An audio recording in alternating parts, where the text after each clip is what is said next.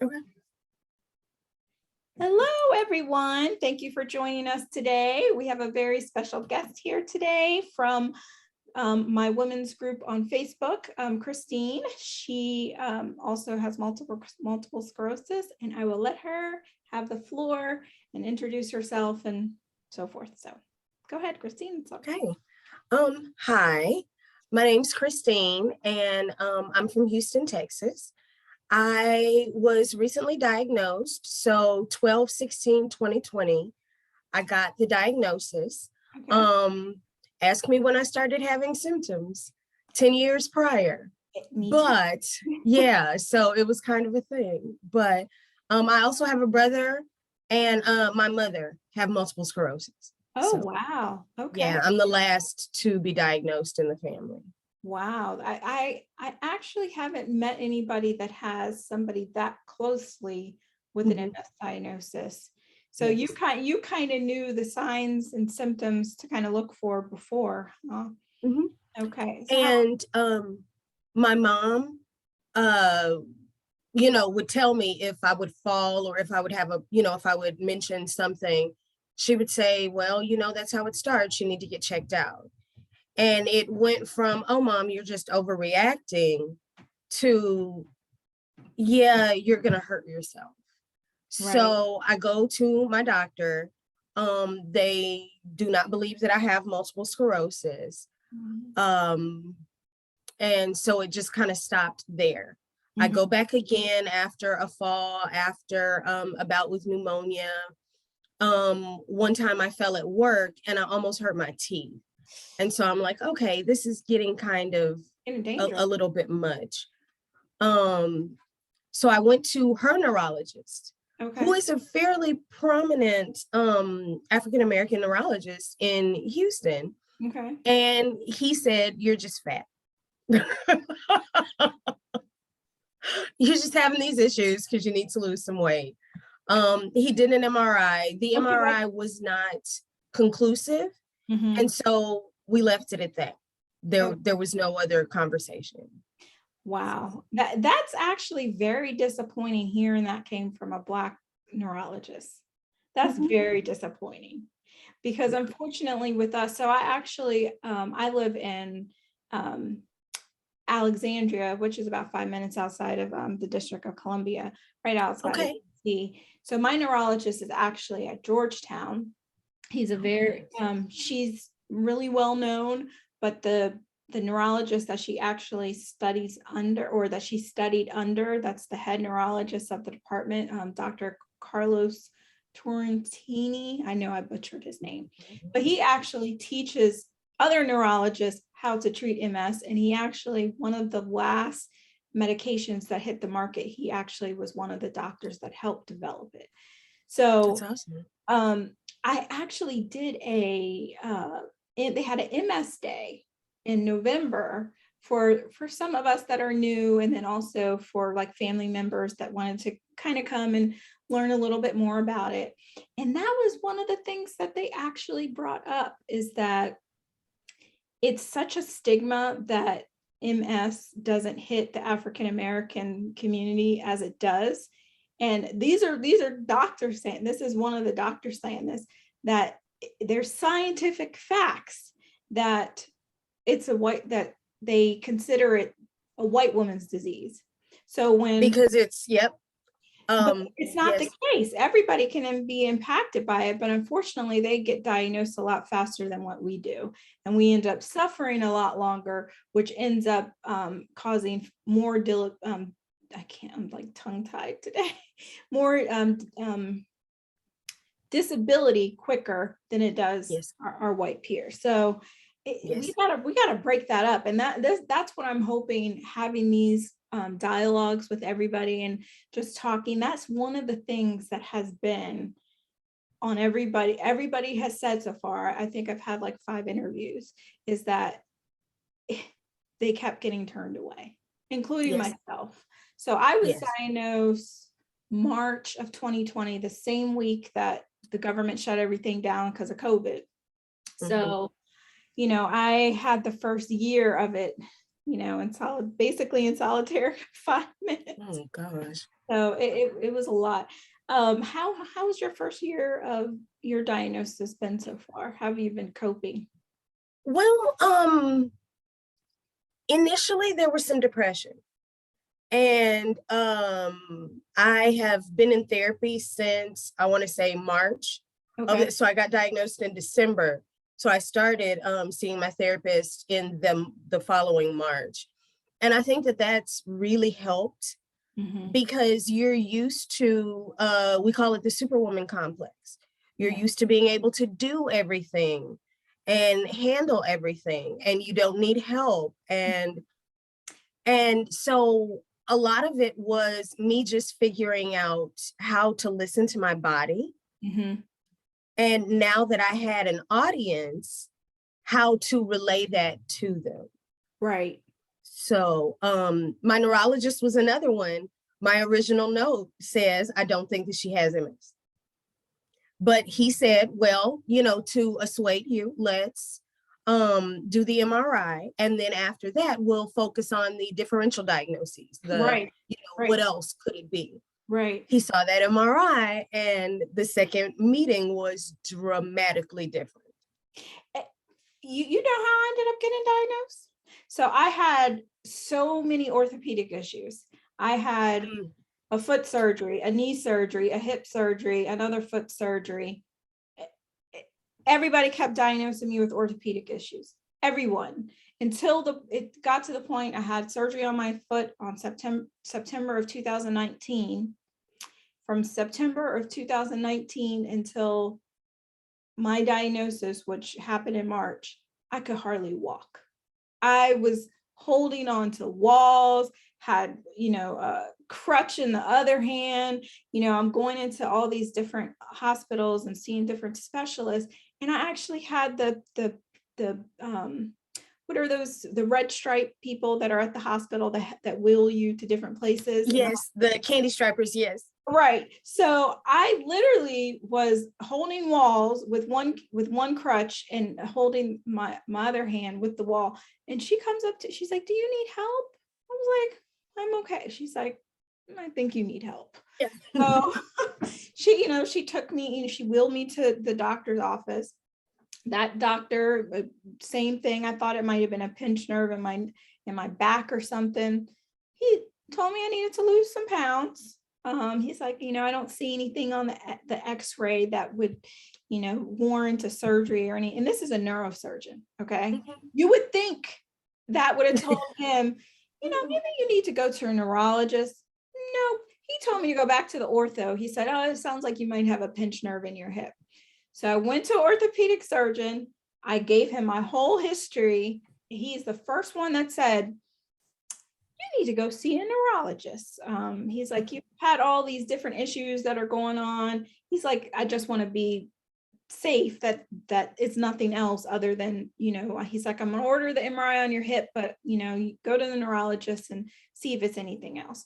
So I go to the neurologist, walk through all my symptoms with her, right? She orders an MRI on my thoracic and my cervical spine, thinking that I had maybe a pinched nerve in my back. It took me, her getting up, leaving the room, we were finished with our visit. It took me stopping her when she got to the door and said, "Could this be ALS or Parkinson's or MS or something else?" She's like, "Oh, I don't think so, but let's just order a brain since you're going to do the other ones," right? Lo and behold, I have lesions on every single vertebrae of my thoracic spine, 7 on my cervical and 2 in my brain. But I had to ask them. I had to ask them, could this be something else? And so it's And frustrating. unfortunately, I've heard so many stories like that from Black people. Mhm. We have to advocate for ourselves. And Exactly. then at some point, you're the angry Black woman stereotype. Mhm. Um, I had to go crazy on a resident one day. I was just a little bit tired of people talking to me like I'm not an educated person. Like, why Right. are you speaking to me in that way? Right. And this resident came in and she said, Do you think that it could be that we have a little anxiety about having multiple sclerosis? Oh, no, she didn't. Yeah, No, she didn't. yeah, Oh, see, yeah. she could have got cussed out if I was in Yeah, there. no, and I don't. That's not how I choose to deal with stuff. I mean, that's But I good. let her know that I needed to speak to her attending. I said, Right, I'm not going to waste my time explaining to somebody who's been out of med school for 2 days. You right, get me your attending, and we'll talk about what my issues are because right, I need this documented. And right. that's one thing that I'm really, really good at. All of the crap that I've been, through, Yeah, uh, get it in writing. If right, it's not in writing, it didn't happen. right. And And see so that, how many times have you I've been there for something else, a well woman's whatever. I mention it and you don't even think to put it in the chart. right, right, So, but yeah, after that, after I spoke to the attending, I let her know that I would not be coming back just because I feel like, why are you treating people this way? right, And well, we have a lot of clients come in and what she was trying to say was we have a lot of clients come in that are not educated. And so we have to speak slowly and use small words. And my thing is, why? Why are these things that you're doing and making judgments on to begin with? You're here to provide people with medicine and help right, them feel better. You're right. not here to judge whether or not you think that I'm educated enough to know that your resident is an idiot and to ask for you. Mm-hmm. Yeah. I said some mean things to the resident. I mean, it's warranted. It's frustrating. It's so I, frustrating when you know something is not right with your body. It's your body. You know something Mhm. is not right, and when you keep digging and you keep getting pushed in other directions, it's frustrating. Mhm. It's so frustrating. So I tip my hat to you for having on for you to be able to articulate exactly how it is that you felt and to get the results that you came to get, which was the testing. So did they actually send you for the MRIs and all that for you went to another neurologist? Yes. I went to another doctor who did not work. I found a black PCP. Okay. Because even though my insurance, you don't have to go, you can go straight to the neurologist. My Mhm. neurologist had to have someone refer me. So Right. I go to my PCP, black woman, very nice.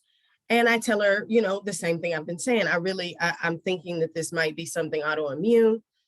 My previous doctor, I got a a rheumatology appointment Mhm. because I started trying to rule out things myself. Yeah. I said, well, can you do an ANA blood test Which is to something you see? don't have to do either. Is Yes. you Well, but she didn't want me to have that. And I told her, I said, okay, I need for you to put it in my chart that I asked for this.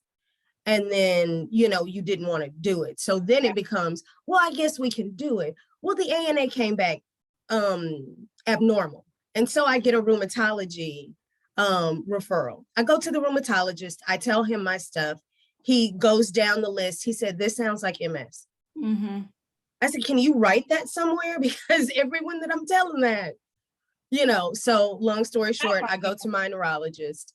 My neurologist looks at my brain, and it was so surreal that day because I had just found out that we had a death in the family. Like literally, I was in the car getting out, getting ready to go in the office. Right. And I remember him showing me the images of my brain and him just pointing and saying, that's not supposed to be there. Mhm. That's not supposed to be there. Mhm. I'm not sure how many lesions I have on my brain. Oh, wow. I wonder how many I would have and would it be to the severity that it is now had my neurologist taken me a little bit more seriously in 2014. Yep. Yep. I So, mean, yeah, you wouldn't, I don't know your disability situation or what type of symptoms that you have, but I most definitely feel for myself, if I would have had a doctor that would have taken a little bit more time to thoroughly diagnose me, I wouldn't have the amount of disability that I have right now. I just wouldn't. absolutely. And Yes. it's frustrating. So what were the symptoms that you were having that you said, no, you guys need to look at this, there's something wrong? Because I think Mhm. in our community, MS isn't really something that's talked about that much unless you have it or you know somebody that has it. But even knowing somebody that has it is different for you, because MS differs in all of us so much. So what were some of the Absolutely. symptoms you were having that caused you to dig a little? My symptoms, all in all, were fairly mild. Okay. I began having some cognitive symptoms that I just brushed off. And so did the doctors. It was just like, well, you're getting older. Your recall's not what it used to be. Right. I had some issues and I had to leave school. I have my master's in clinical psychology. I got into a really great clinical psychology doctorate program, and I Mhm. wasn't able to complete it. Wow. And it was just because so many other things were happening. Things that at that point I didn't even know were MS related, because I had only seen my mom and my brother, and my symptoms are markedly different than theirs. My Right. mother's blind currently because of the damage to her ocular Op- nerves. Optic neuritis. Yes. And I have a vision, I wear glasses, but I haven't had any vision issues. Yeah, me Um, I would. yeah, knock on wood, because oh my gosh.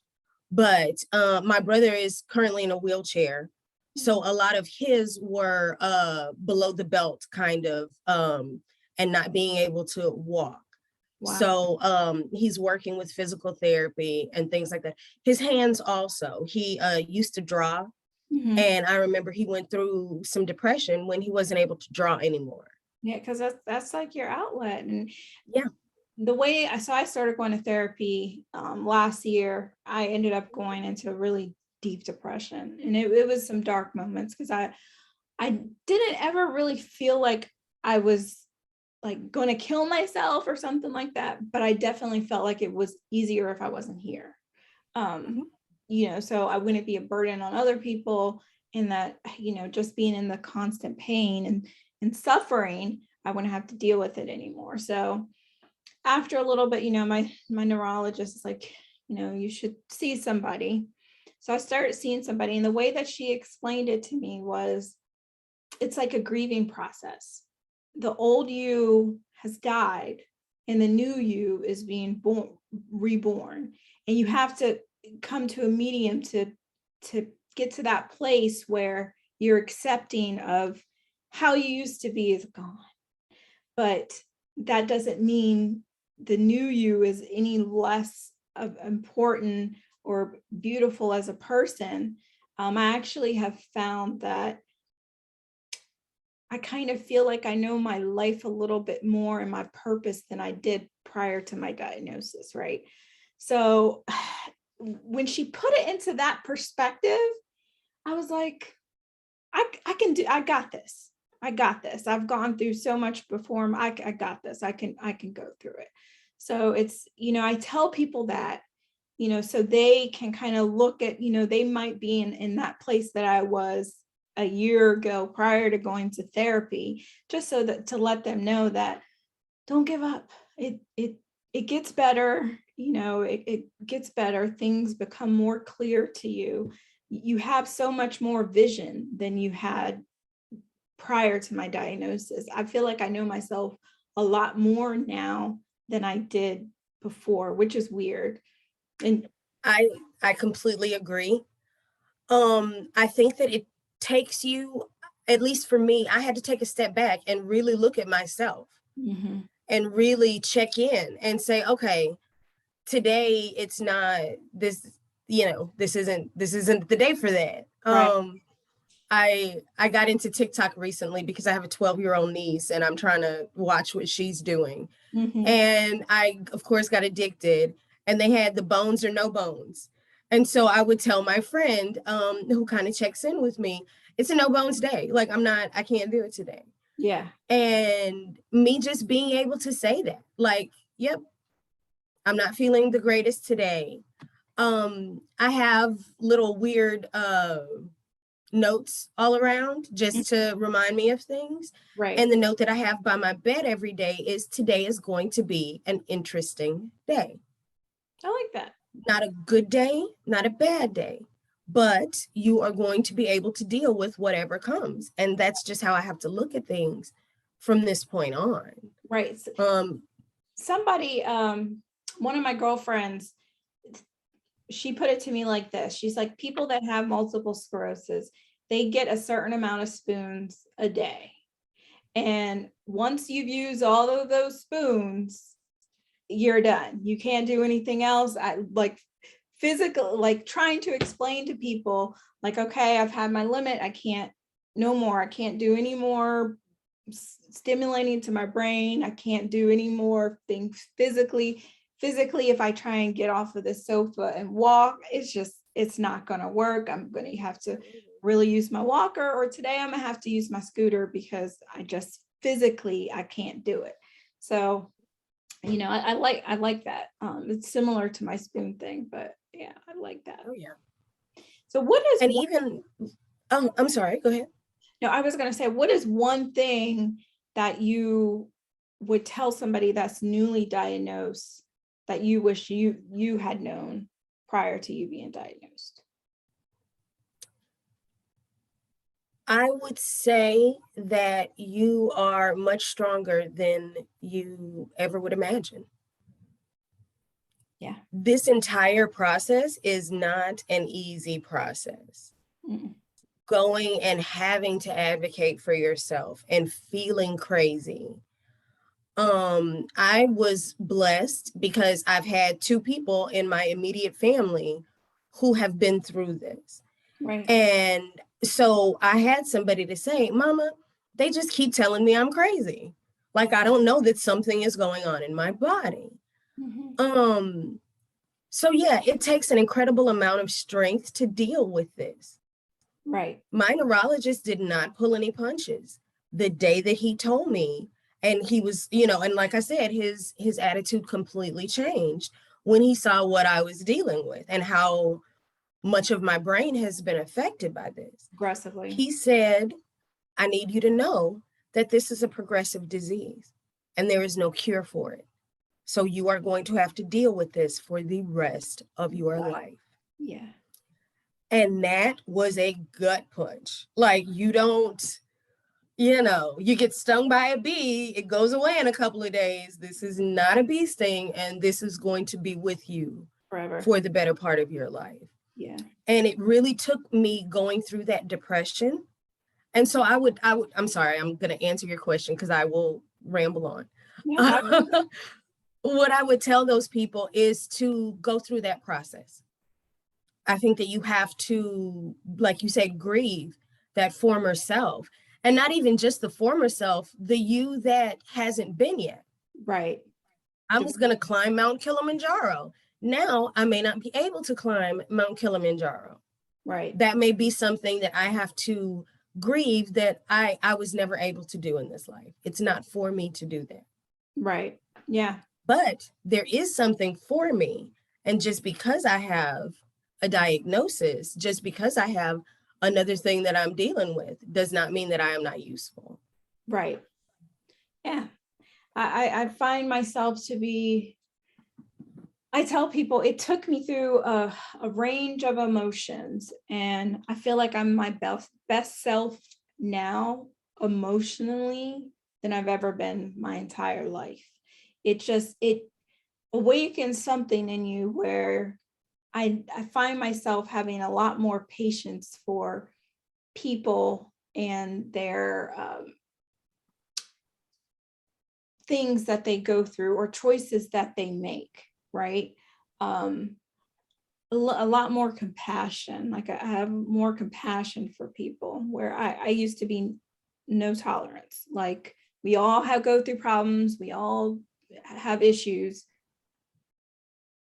Pull your big girl panties up and move on. But so it's definitely, it's humbled me in that way where it's made me stop and really, really, really be observant of people and understanding that their trials are different than my trials. And just because they didn't do it the way that I did it doesn't mean they're wrong. That's So, right. yeah. Yes. I'm very happy to hear that you said that you are in a better place emotionally, because I thought I was crazy. It's like, how are you happier now than you were before? But I'm stopping and I'm smelling the roses. I'm hearing the birds chirp. I am doing things that I just kind of took for granted before. Right, you have an So, appreciation for so much more in life than you did before.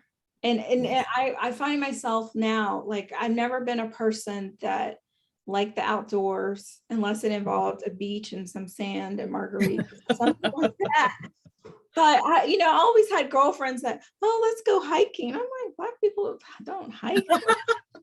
Camping. I'm like, does it involve a mattress? I'm not sleeping outside. I'm not intentionally using my PTO to sleep outside. Like, Right. no. It's like, aren't we supposed to be going away from this? Like, we Yeah, want to like have a I nice need home. some Yeah. relaxation. That's not relaxing to me. But I find myself looking at some of those things that I didn't do, like, maybe I should have just experienced it one or two times, So my whole thing now is telling people, don't live in regret. You know, if it's something that you've never done before, try it once. You might not like it, and that's fine, but at least you can say you did it.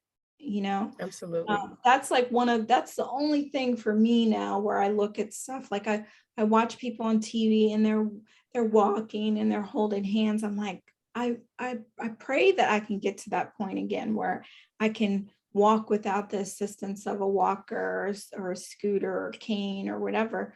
But just appreciating all that life has to offer you. Like you have to. Absolutely. Yeah. Well, it's been such a good conversation talking. See, and I started, 5 seconds before this. I was like, what is happening here? And yeah, it's crazy. Well, no, I actually, so let me close this. I've had like 5 or 6 interviews now. The first 2, I did not really know how to record on Zoom. So I had the 2 girls that were on the other end completely expanded on my screen. So then once the recording was done and it was only showing them, I was like, oh my God, what happened? We got to do this over. Like, I didn't get you. And I felt they both gave me grace. It wasn't, oh my God, like, why did you do, they both gave me grace. And it was like something where I shook my head. I'm like, we all need to do a little bit more of that and giving each other grace, like, yes, things happen in life for a reason. And maybe God wanted me to talk to you 2 times. I don't know, but so yeah, it's definitely a bigger appreciation for life. So if there's one thing that you would tell someone that was newly diagnosed, and I don't know if I'm asking the same question in a different way. I don't know if I'm having MS brain at the moment. If there's one thing that you could tell somebody that was newly diagnosed with MS, what would you tell them?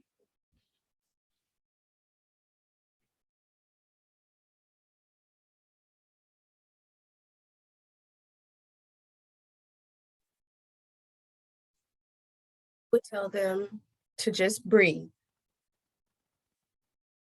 I think that I was thinking back. I was like, me walking out of that office, if somebody could have stopped me and said something to me, I would have said, just breathe for a second. Yeah. It's very easy to get overwhelmed. It's very easy to need to know everything right now. But just breathe. You're going to get through this. Right. Yeah, I would say something similar too. Because when I was diagnosed, I just remember going to the car because I was dressed. It was a Monday. I was going to work right after. And I just sat in the car after I was told that I had it. And I just cried. I cried and I cried and I cried and I cried. And I thought the world was ending, because you feel so lost in that moment. Yeah. You feel like your life is over. At least that's how I felt. I felt like my life was over. And that would be something I would tell someone else, is that, like you said, just breathe. But I would say, this is not the end. God has the final say. And, you might have 100 lesions on your brain, but God has the final say. And if there's a will, there's a way. Keep fighting. Don't give up. The deep depressions that we go through, I think, is universal. I don't think I've talked to anybody that's had MS that didn't go through that mourning and grieving stage. Absolutely. Same here. So yes, I would tell them that. And listen to your body. That's the other thing I would say. Listen to your body, advocate for yourself, until you have a diagnosis and you know what is wrong with you. Keep kicking down doors. So yeah, absolutely. So it's been such a pleasure talking to you today. Likewise. Thank you for, like I said, being patient with me. And yeah. Oh, girl, you see me. Same thing. Stuff happens, and like, you just keep going and move to the next thing. So I'm glad that we were able to connect and talk, and really good conversation. My whole the reason why I wanted to do this was because I feel like there's not enough conversation in our community about it. And so if we can bring some light to other people, or help somebody to get diagnosed sooner, then all of these interviews and talks and chats that I'm having with you guys was worth it. It was worth it for sure. Well, thank you for shedding light on us, on Black women who have been struggling with this entire thing, from pre-diagnosis to acceptance. Yeah. So thank you very much for this. We definitely need it. Thank you. I appreciate it. No problem. Yeah, and we have to keep in touch inside and outside of the group. Yes, ma'am. I feel like you have a great soul. So I try. It's weird. I was never that person, but now I am. That person who walks in and like is sing-songy and stuff. I wasn't usually that person, but now it's I don't know. I feel you, because I've always been kind of like an extrovert and can make friends anywhere and just talking to people. But to really allow people to get to a point where I'm completely transparent with them, I haven't been until this point in my life. So that's good. So great conversation, and thank you again for joining us. And I am hoping that we can still stay connected. Absolutely. I would appreciate it. Yeah. Okay. Bye-bye. Bye.